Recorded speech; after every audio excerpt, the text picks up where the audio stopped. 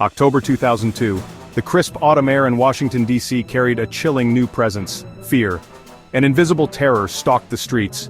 People were afraid to pump gas. They rushed their kids inside from playing. The simplest errands became life-or-death gambles. A shot out of nowhere could end it all.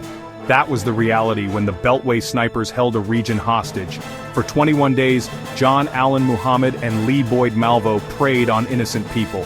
They turned everyday life into a nightmare. Their weapon of choice, a high-powered rifle, fired from the trunk of their modified Chevrolet Caprice. Their hunting ground, the gas stations and parking lots of the D.C. metropolitan area. No one was safe. This wasn't just about the body count, it was about the terror they inflicted. The randomness of their attacks shattered any sense of security. People were living on edge, never knowing if they'd be the next target. This was psychological warfare on a mass scale. And it all started with a single shot. The day began like any other. People went about their routines, unaware of the darkness about to descend. At 5:20 p.m., a single gunshot rang out in the parking lot of a grocery store in Wheaton, Maryland. The victim, James Martin, a 55-year-old program analyst. He was shot in the chest while loading groceries into his car. He died instantly. What seemed like an isolated incident quickly proved to be anything but. Later that evening, 4 more shootings occurred in Montgomery County, Maryland. Each victim was shot with a single bullet, seemingly at random. The randomness was part of the horror. There was no pattern, no way to predict who would be next. Panic began to grip the region. The news spread like wildfire. People were glued to their televisions, desperate for any scrap of information. Who were these attackers? Why were they doing this? The questions were endless, the answers elusive. One thing was clear: the city was facing a new breed of killer, cold, calculating, and utterly ruthless. The investigation into the Beltway snipers was like nothing law enforcement had ever seen. The pressure was immense. Every hour that passed brought the potential for more bloodshed. The police were in a race against time, but they were up against a cunning and elusive enemy. Muhammad and Malvo were ghosts. They moved like phantoms, striking quickly and disappearing without a trace. They knew the area well. They used their knowledge to their advantage, blending in and staying one step ahead of the law. They were masters of their craft, leaving behind little to no evidence. Adding to the challenge was the snipers' unique modus operandi. They used a .223 caliber rifle, a weapon not typically associated with long-range shootings. The rifle was modified to fire through a small hole cut into the trunk of their car, allowing them to remain hidden. This made it difficult for witnesses to provide accurate descriptions of the suspects or their vehicle. The investigation was a massive undertaking, involving multiple agencies and thousands of tips from the public. But the snipers remained one step ahead, leaving a trail of fear and uncertainty in their wake. As the body count rose, so did the pressure on law enforcement. The investigation intensified, with the FBI taking the lead. They were determined to stop these killers. They pored over every detail, every clue, every witness statement. They were looking for anything that could lead them to the snipers. A break in the case came from an unexpected source: the snipers themselves. They left behind a tarot card at the scene of one of the shootings. The card, a death card, had a chilling message scrawled on it: "Call me God."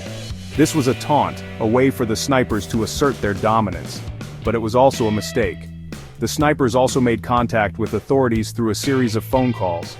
They used these calls to toy with the police, to flaunt their crimes. They even went so far as to demand $10 million to stop the shootings. But these calls, meant to instill fear, would ultimately lead to their downfall. One call in particular proved pivotal. Malvo, the younger of the two, made a crucial mistake. He slipped up, revealing information that allowed investigators to narrow down their search. They were finally closing in. Section 5. Master and Apprentice. The Twisted Bond of Muhammad and Malvo. The relationship between John Allen Muhammad and Lee Boyd Malvo was complex and disturbing. It was a bond forged in darkness, built on manipulation and control. Muhammad, the older of the two, was the mastermind, the puppet master. He was a former soldier with a history of violence and a twisted sense of justice. He saw himself as a father figure to Malvo, a lost and vulnerable teenager. Malvo, on the other hand, was the disciple, the eager student. He craved structure and guidance, something Muhammad was all too willing to provide. But this wasn't a healthy relationship. Muhammad indoctrinated Malvo, twisting his mind and poisoning him with his extremist views. He trained him in the art of killing, turning him into a weapon. Their motives remained murky. They seemed to target their victims randomly, adding to the terror. Some speculated that Muhammad was driven by a desire for revenge against his ex-wife, who had left him and taken their children. Others believed he sought to create chaos and fear, to expose the vulnerabilities of society. Whatever their reasons, their actions were those of cold-blooded killers. Section 6. The Matrix Connection Reality Distorted. The investigation into the Beltway Snipers revealed a disturbing fascination with the film The Matrix. Malvo, in particular, was obsessed with the movie. He even adopted the nickname Neo after the film's protagonist. The film's themes of reality versus simulation, and the ability to manipulate the world around them, resonated deeply with him. For Malvo, The Matrix wasn't just a movie, it was a philosophy. It offered an escape from the pain and trauma of his childhood. It gave him a sense of power and control in a world where he felt powerless. Muhammad exploited this obsession, using it to further his own twisted agenda. The film's violent imagery and themes of rebellion likely influenced Malvo's actions. He saw himself as a soldier fighting against an oppressive system, much like Neo in the movie. This warped sense of reality, fueled by Muhammad's manipulation and Malvo's own psychological fragility, contributed to the horrific crimes they committed. Section 7. Justice Served, the Trials and Verdicts. The capture of John Allen Muhammad and Lee Boyd Malvo brought a sense of relief to the Washington, D.C. area. The reign of terror was finally over, but the legal process was just beginning. The trials of the Beltway Snipers were highly publicized affairs. The nation watched as the prosecution presented its case, detailing the horrors inflicted by the two men. Muhammad, facing the death penalty, was tried first. The evidence against him was overwhelming. Prosecutors presented ballistics evidence, eyewitness accounts, and even testimony from Malvo himself. The jury found Muhammad guilty on multiple counts of murder. He was sentenced to death. Malvo's trial followed. His defense argued that he was under the sway of Muhammad, a victim of manipulation and brainwashing. While the jury acknowledged Muhammad's influence, they ultimately found Malvo guilty on multiple counts of murder as well. He was sentenced to 6 consecutive life sentences without the possibility of parole. Section 8. Scars on a Nation, the Enduring Legacy. The Beltway Sniper Attacks left an indelible mark on the American psyche. They exposed the vulnerability of everyday life, shattering the illusion of safety in even the most mundane activities. The random nature of the attacks, the fear of being in the wrong place at the wrong time, left a lasting impact on the nation. The attacks also led to significant changes in law enforcement protocols.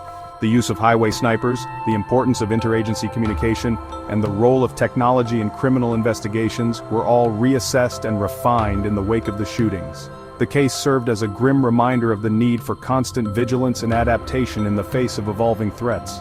But perhaps the most enduring legacy of the Beltway Snipers is the unanswered questions. Despite the trials and convictions, the true motives behind the attacks remain shrouded in mystery.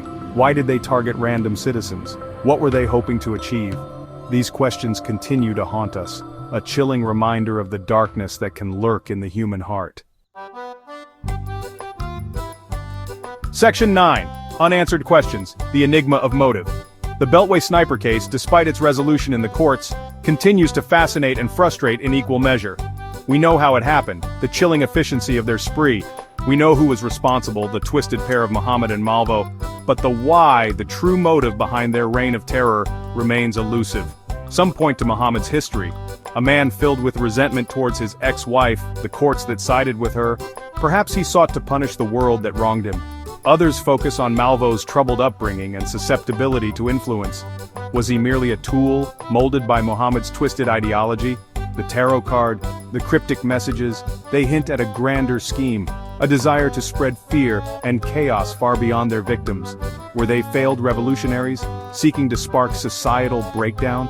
Or were they simply sadists, reveling in the power they held over a terrified populace? The lack of a clear answer is perhaps the most unsettling aspect of the case. It forces us to confront the uncomfortable reality that sometimes even the most heinous acts defy easy explanation. The Beltway snipers serve as a stark reminder of the depths of human depravity, and the enduring mystery of their motives continues to fascinate and horrify us to this day.